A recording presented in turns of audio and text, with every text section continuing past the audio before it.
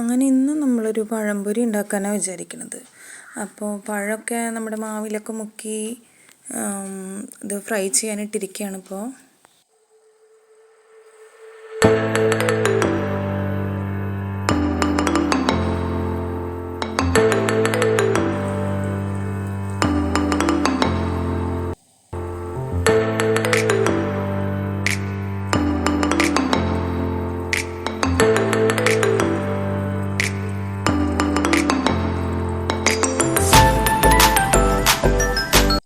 അങ്ങനെ നമ്മുടെ ക്രിസ്പി ആയിട്ടുള്ള പഴംപൊരിയൊക്കെ റെഡി ആയിട്ടുണ്ട്. അത് കഴിക്കാൻ ഞാൻ മാത്രമല്ല, എൻ്റെ കൂടെ കുറച്ച് പേര് വേറെയുണ്ട് അവിടെ. കാണിച്ചു തരാം കേട്ടോ.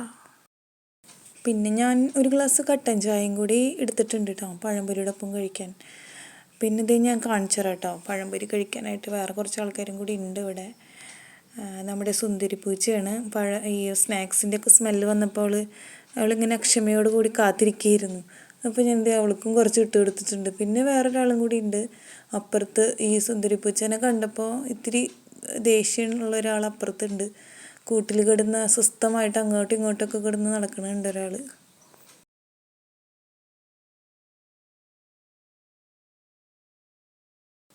കണ്ട ഞാൻ പറഞ്ഞ ആൾ അവന് ഭയങ്കര കുശുമ്പ.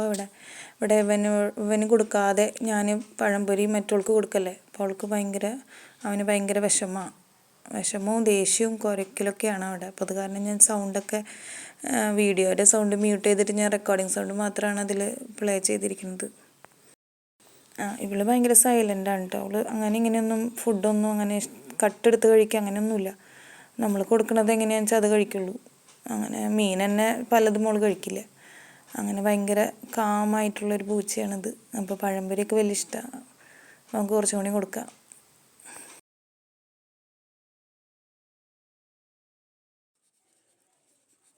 അങ്ങനെ ഞാൻ അടുത്ത ആളുടെ അടുത്ത് എത്തി. അവന് കിട്ടി. അവനത് വെയിറ്റ് ചെയ്തുകൊണ്ടിരിക്കുകയായിരുന്നു. എന്താ എനിക്ക് മാത്രം തരാത്തതെന്ന് അങ്ങനെ ആലോചിച്ചുകൊണ്ടിരിക്കുന്നു. അങ്ങനെ ഞാൻ അവനും കൊടുത്തു. അവനാദ്യം സ്നിഫ് ചെയ്തു, എന്നിട്ടാണ് കഴിച്ചത്. അല്ലെങ്കിലും കഴിക്കും, അങ്ങനെ കുഴപ്പമൊന്നുമില്ല. അപ്പം Tata, bye bye, thank you.